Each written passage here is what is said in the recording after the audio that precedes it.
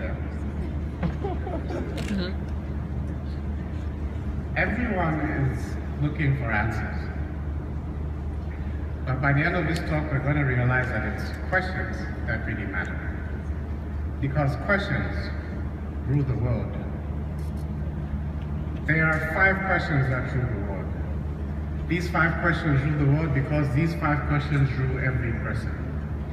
These 5 questions rule every person because everything we do to seek meaning and fulfillment in our lives are driven by these 5 questions. And though all these 5 questions are powerful, some of these 5 questions are more powerful than others. But what all these 5 questions have in common is they each carry an idea.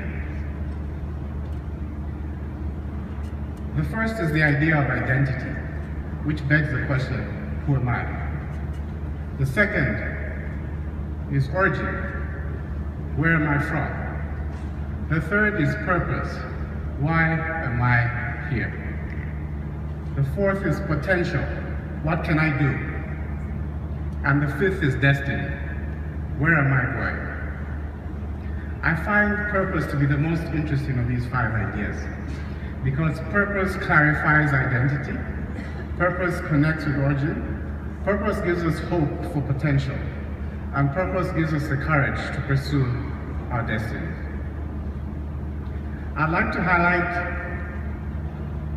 potential, and I'd like to highlight purpose.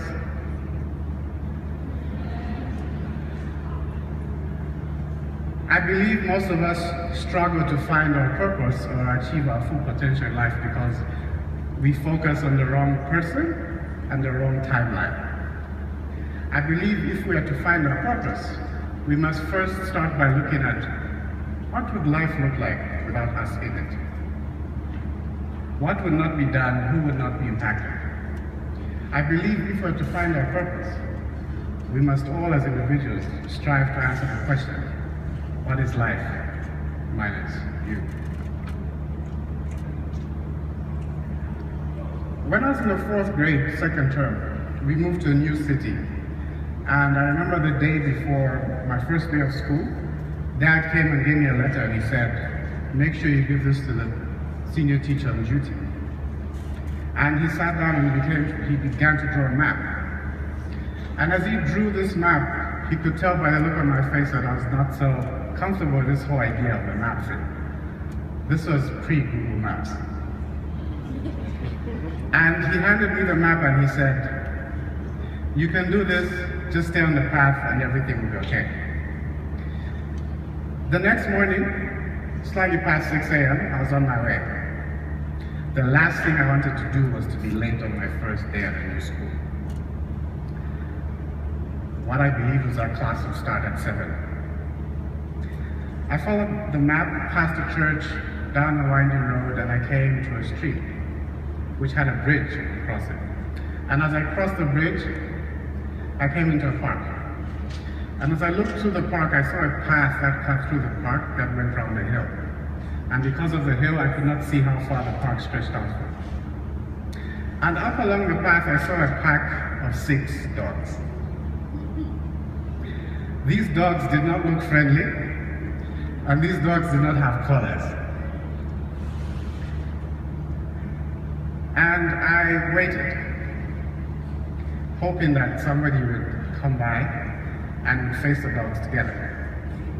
And after about 8 to 10 minutes of waiting, 2 more dogs came and joined the family.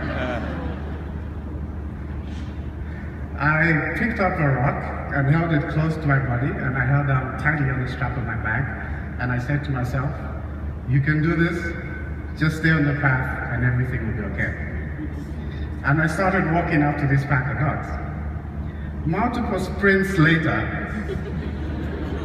I show up at the school. I get to the senior teacher's office and I present the letter. And they're like, oh, today your class doesn't start till noon. So you can either go back home and come back later, or if you want to wait, you can sit in the school hall. There's some drama rehearsals going on there. I went to the school hall, And as I sat and watched the play, I began to look around.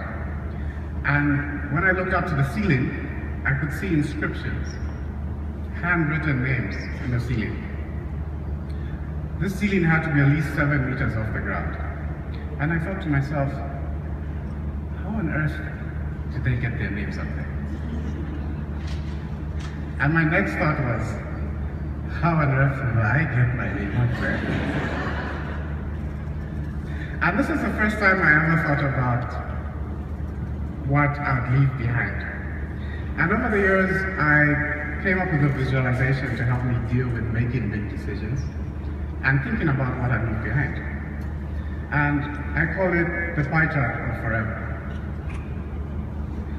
The way the pie chart of forever works is if we get since the beginning of human existence to date, and we plot those years as a pie chart, and then we get your life from birth to date, or death, and we cut that piece out of the pie chart called forever, how big would that piece of the pie be? As you can see, we're not doing so well. But what if we got everything you did in your life as opposed to the time you spent in life? And everything that did in other people's lives? And we put all those timelines together. I believe we'll start to see something that's a bit more impactful, something that's more significant. And better still, hundreds of years from now, when people look back at our lives, maybe they'll be able to see that from the work we did and the impact we made in other people's lives, we're able to outlive ourselves. If we look at the case of Leonardo da Vinci, the man lived for 67 years.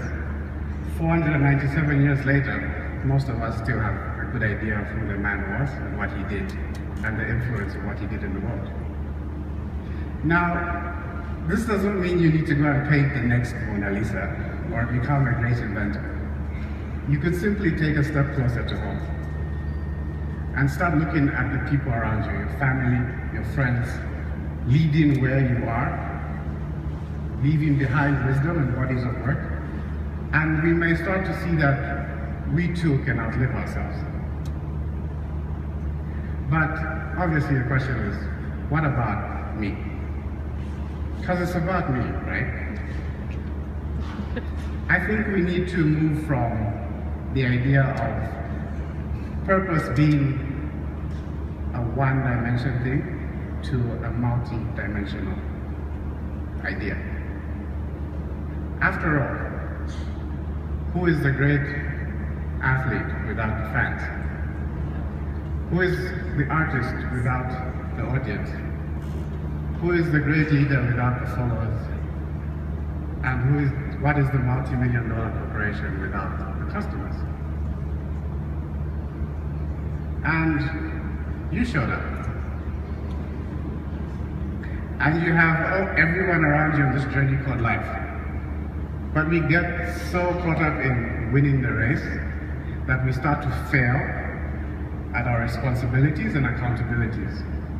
And we start to lose friends and eventually even our families. And then it ends.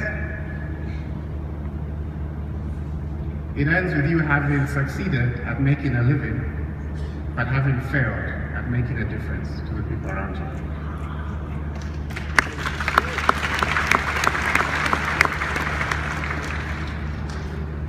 But we must insist. And so I took a look at the best person to give feedback in terms of what purpose is. And this is the dying. So I Googled the regrets of the dying, and I found multiple websites. And I picked up the most common threads across these sites.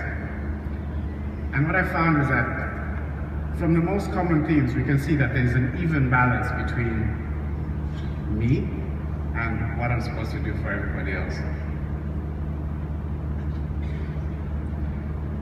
And now you're here, today. And you have all these things that help you get up and go. And the things that, as a result of you chasing your get up and go, spill over to other people's lives. I think we need to start thinking more closely and more deeply about the limited amount of time that we have and about what we are going to leave behind. James Bryce, an academic jurist and historian, once said that the worth of a book is measured by what you can carry away from it. And in the same way, I believe that the worth of a life is measured by what it leaves behind.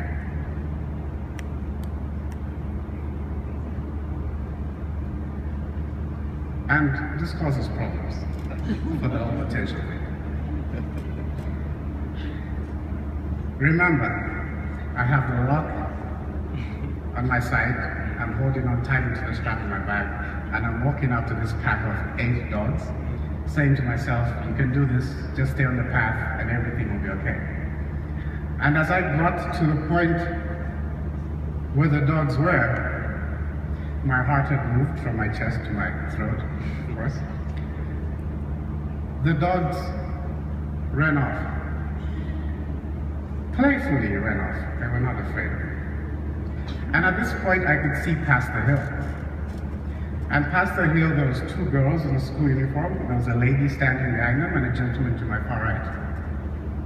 And they'd be standing there waiting for somebody to come by or for the dogs to run off. And the second I locked eyes with the 2 schoolgirls in the uniform, I twisted my body and I dropped. And my next step was the physical embodiment of what we call in today's world, swag.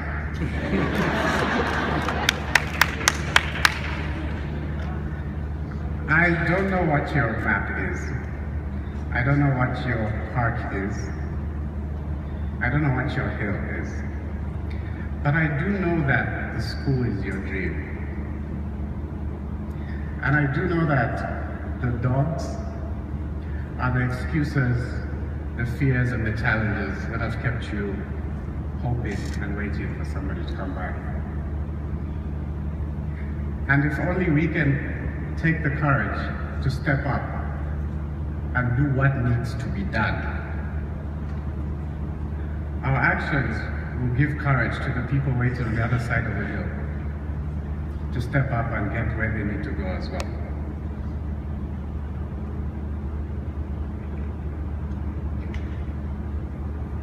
And maybe we need to change our mindset from looking at life as this birthday party where everybody in it has shown up to give us gifts, to a mindset where we see ourselves as gifts to the challenges, fears that we see in everyone else around us.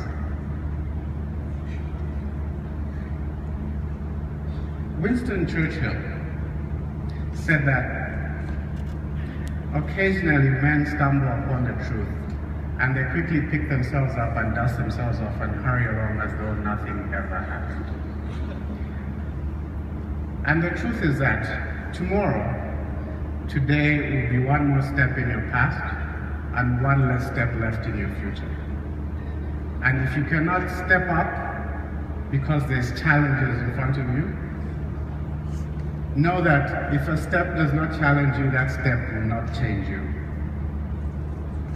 And since we're all looking for answers, I'm going to leave you with a question. What is life minus you? Thank you.